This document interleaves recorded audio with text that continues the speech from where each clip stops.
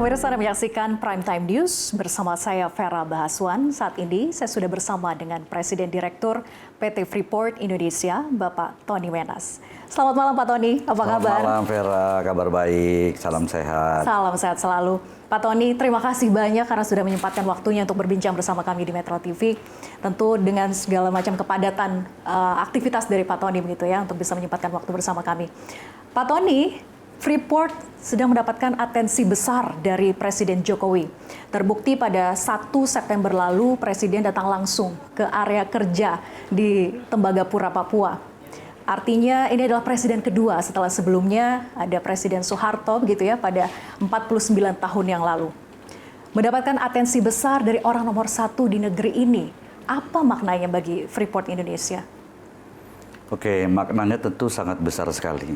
Sangat besar sekali kami di manajemen dan juga khususnya seluruh karyawan PT FI itu merasa sangat bangga dan sangat senang sekali dikunjungi Pak Presiden. Mungkin saya cerita sedikit ya ke belakangnya adalah pada saat PON 20 di Papua tahun 2021 bulan Oktober itu saya berkesempatan dipanggil oleh Pak Presiden untuk bertemu dengan beliau. Dan saya memberikan laporan lah soal Freeport, bagaimana Freeport sudah bisa mencapai target produksi yang diharapkan dan sudah memberikan kontribusi banyak bagi bangsa dan negara dan juga sesuai dengan apa yang kami rencanakan pada saat akuisisi 51,2% oleh pemerintah.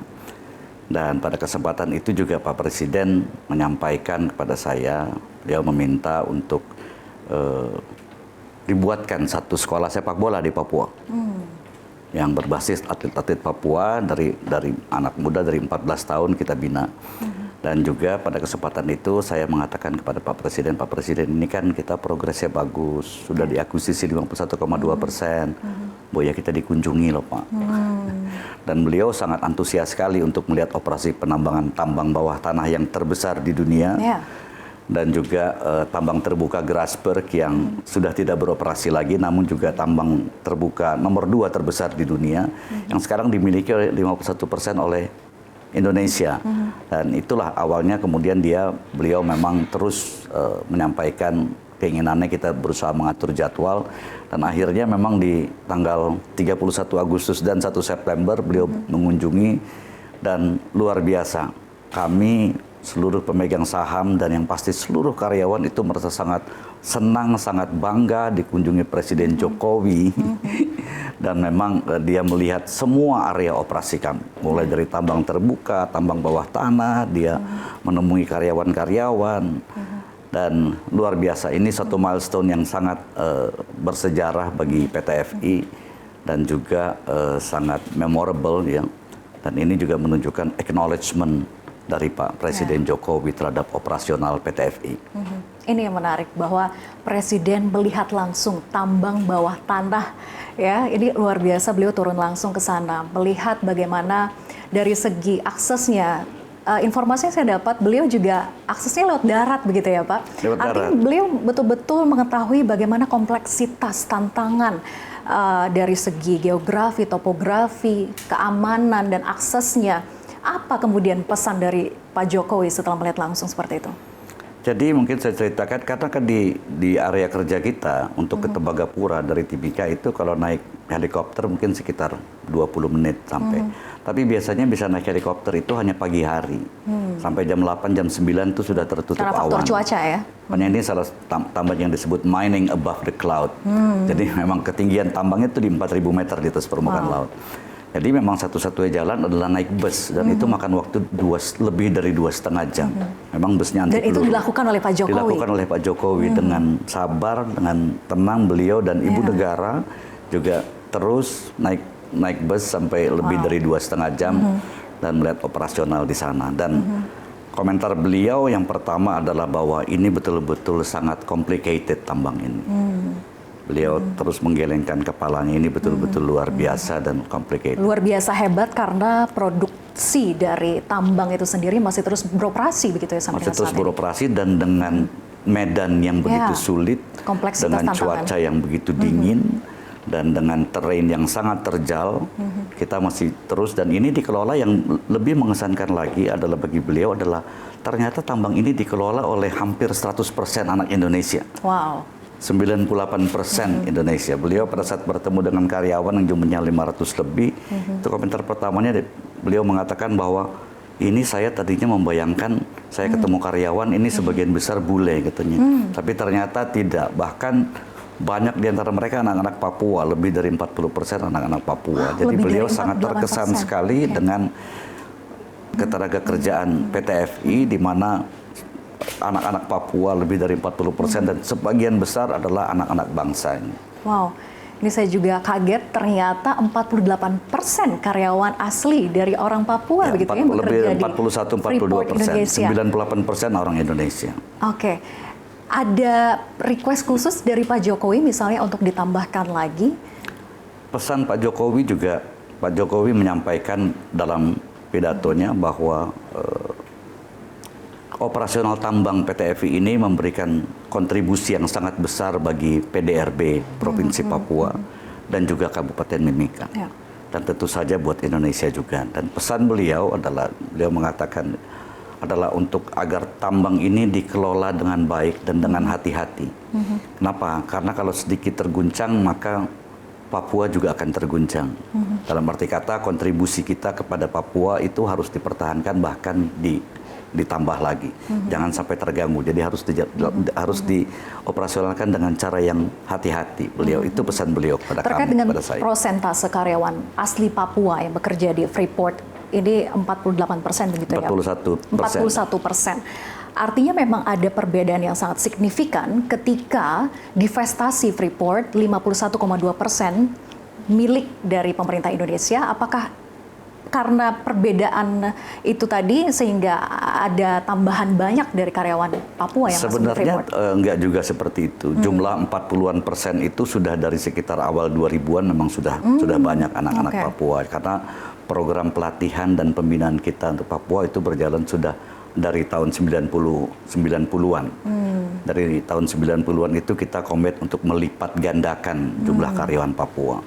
Dan memang belakangan ini atau di tahun 2010-an itu memang banyak anak-anak Papua justru yang menempati posisi-posisi kunci.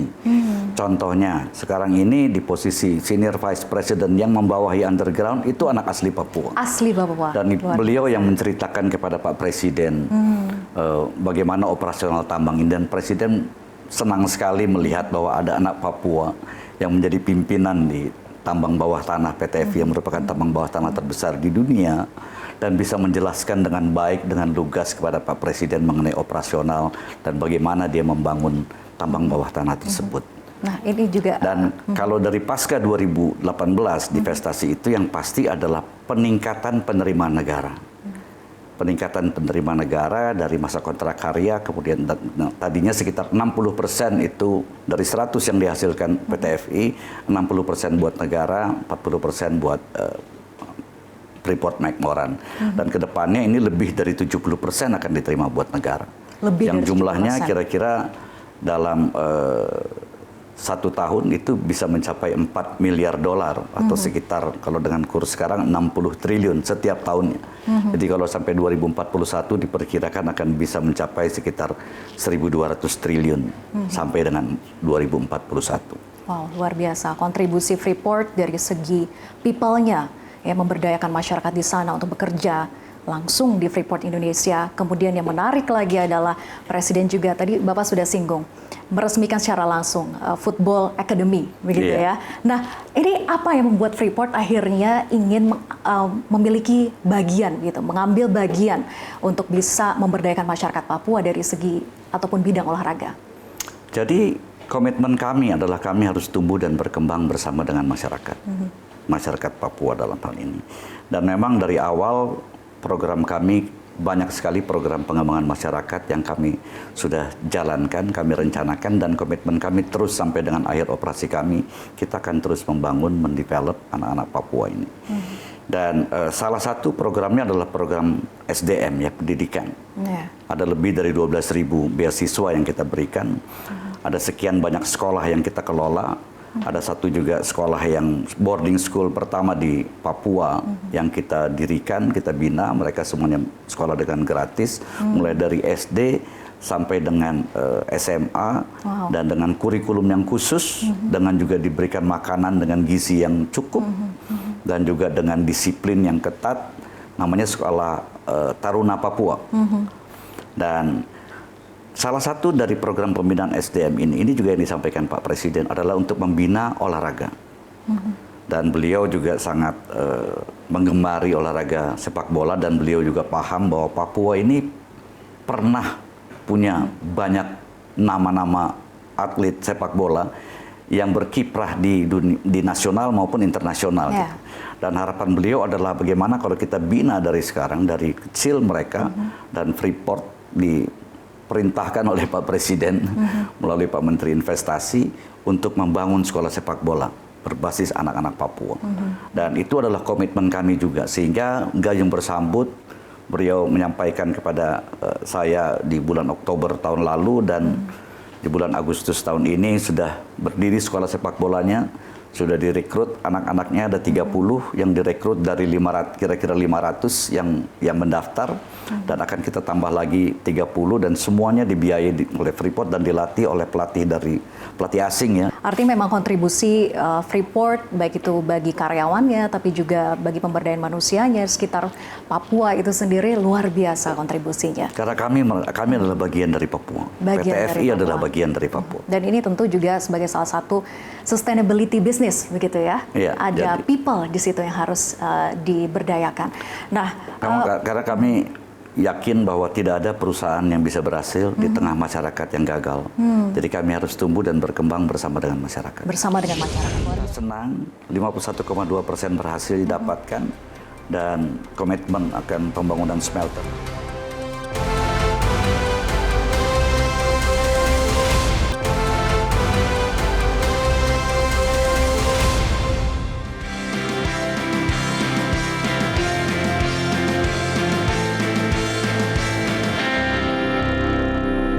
Pak Tony, satu hal yang juga menjadi terobosan baru dan luar biasa, kita harus patut berbangga begitu ya, karena Freeport sudah sekelas dengan negara maju seperti Amerika Serikat dan juga Tiongkok menggunakan 5G underground smart mining. Ini luar biasa. Bagaimana transformasi dari yang sebelumnya manual gitu ya ke 5G mining ini, Pak Tony? Jadi kami mendevelop sistem digitalisasi di tambang ini yang kita sebut dengan smart mining, yaitu dengan program yang kita namakan Advanced Digital Technology. Ini dari tahun 2006 kita sudah mulai persiapkan dengan kita melakukan studi banding ke beberapa negara, antara lain ke Swedia dan juga di Amerika dan beberapa negara lain kita sudah, dan kita develop sistem ini bersama-sama dengan equipment manufacturer yang membuat alat beratnya. Sehingga tujuannya adalah pengoperasian tambang bawah tanah ini dilakukan secara digital, secara remote dari jarak jauh. Yaitu untuk bisa mencapai apa yang kita namakan a sustainable safe production. Pertama itu adalah untuk risikonya lebih kecil, kemudian meningkatkan efektivitas dan efisiensi dan produktivitas, dan tentu saja kita juga mengantisipasi halangan dari cuaca gitu. Jadi 3 faktor ini yang mendorong kita untuk mendevelop sistem itu. Ada berbagai macam sistem yang kita bangun, yaitu ada yang berbasis fiber optik, ada yang berbasis wifi, kemudian kita integrasikan dalam satu sistem, dan terakhir ini adalah teknologi 5G yang di provide oleh Telkom dan Telkomsel. Nah, ini kemudian kita aplikasikan, dan ternyata memang itu bisa berhasil. Bisa berhasil untuk memperkuat advanced digital technology kita. Jadi 5G mining ini kita aplikasikan ke beberapa loader kita, dan juga untuk area-area di permukaan, antara lain kantor, untuk sistem communication kita, karena sistem komunikasi kita tuh terintegrasi betul. Semuanya sekarang sudah terintegrasi, bahkan sudah, saya ngomong sedikit, sudah 70% cloud based. Jadi udah nggak pakai server-server lagi. Masih ada servernya tapi udah cloud based. Dan ini adalah nantinya tujuannya adalah semuanya berbasis iPad atau PET gitu ya. Wow, yeah. Dan ini ternyata memang bisa diaplikasikan dan itu sudah kita aplikasikan teknologi Luar 5G biasa. dari Telkom. Pak Tony bicara soal divestasi yang mana pada tahun 2018 lalu pemerintah Indonesia sudah memegang saham 51,2% gitu ya dari PT Freeport Indonesia. Apa yang secara signifikan berubah dari divestasi ini? Salah satu halnya juga adalah terkait dengan adanya kesepakatan smelter. Nah, sejauh ini bagaimana perkembangannya, Pak? Jadi yang pasti adalah ini sinergi yang sangat baik sekali. Hasil kesepakatan di tahun 2018 itu di mana Freeport berpartner langsung dengan pemerintah, dalam hal ini diwakili oleh Inalum sebagai pemegang saham. Dan ini adalah partnership yang sangat baik, di mana pemerintah senang 51,2% berhasil didapatkan, dan komitmen akan pembangunan smelter itu juga sedang dilakukan, dan Freeport juga senang, Freeport McMoran dalam hal ini senang, dan juga masyarakat juga senang, pemerintah provinsi, pemerintah kabupaten juga senang karena mereka juga mendapatkan sahamnya 10% untuk pemerintah daerah. Dan ini adalah satu sinergi yang sangat baik sekali. Dan salah satunya komitmennya adalah untuk membangun smelter baru. Dan sekarang ini progres smelter baru itu sudah lebih dari 35%. Sudah hampir mencapai 40%. Secara efektif ini konstruksi fisiknya akan selesai di akhir tahun 2023. Setelah itu lakukan commissioning dan mulai bisa berproduksi itu di bulan Mei tahun 2024. Secara kapasitas produksinya berapa nanti yang bisa dilakukan oleh smelter? Kapasitas produksi itu akan bisa mengolah 1,7 juta ton konsentrat tembaga yang akan menghasilkan katoda tembaga sekitar 500.000 ton. Emas sekitar antara 35 sampai 50 ton per tahun, dan perak mungkin sekitar 100 sampai 150 ton perak per tahun. Seluruhnya akan diproses di dalam negeri nanti. Ini yang kita harapkan selama ini begitu ya, bukan hanya kita menambang sumber daya alam yang ada di sini, kemudian mengirimnya keluar karena smelternya ada di luar, tapi ini ada di Indonesia. Nanti akan ada di Indonesia, kapasitas produksi yang luar biasa besar gitu ya.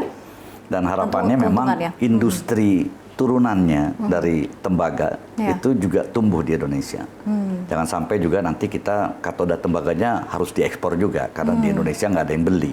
Jadi industri hilirnya lagi, contoh pabrik kabel, pabrik mobil listrik. Dan ini kan tembaga digunakan sebagian besar atau 70% digunakan untuk menghantar listrik di seluruh dunia nih. Jadi memang industri-industri hilirnya yang menggunakan itu perlu tumbuh juga, sehingga nilai tambahnya jadi lebih besar lagi di Indonesia. Di smelter dan lain sebagainya. Tapi di bawah itu, di bawah yang kita tambang sekarang, ini ada sumber daya yang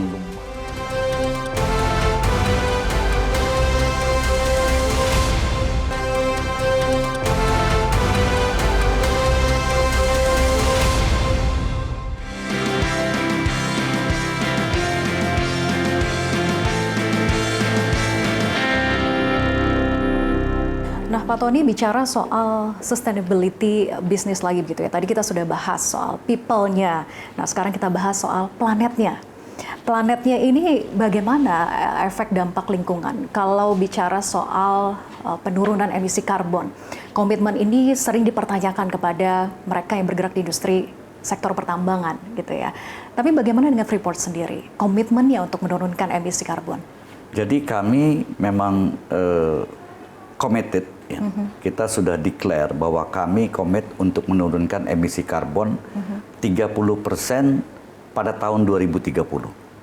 Dan bahkan mungkin bisa lebih dari 30%. Itu dengan program-program yang kita lakukan, contoh salah satunya adalah tadinya kami menggunakan truk-truk besar untuk mengangkut biji. Truk yang 350 ton. Itu truknya besar sekali, bannya 4 meter. Dan kalau dia bergerak 1 jam, itu akan memakan atau akan membakar fossil fuel sangat banyak. Emisi karbonnya juga sangat banyak. Sekarang ini kita menggunakan kereta listrik yang dikemudikan dari jarak jauh, yang bisa membawa satu harinya 110.000 ton.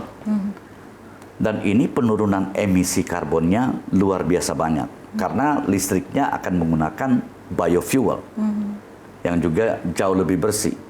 Dan tentu program-program lainnya yang menunjang untuk komitmen mencapai 30% pada tahun 2030. Jadi pengelolaan tambang ini dilakukan juga dengan cara yang sustainable, walaupun ini adalah non-renewable resources.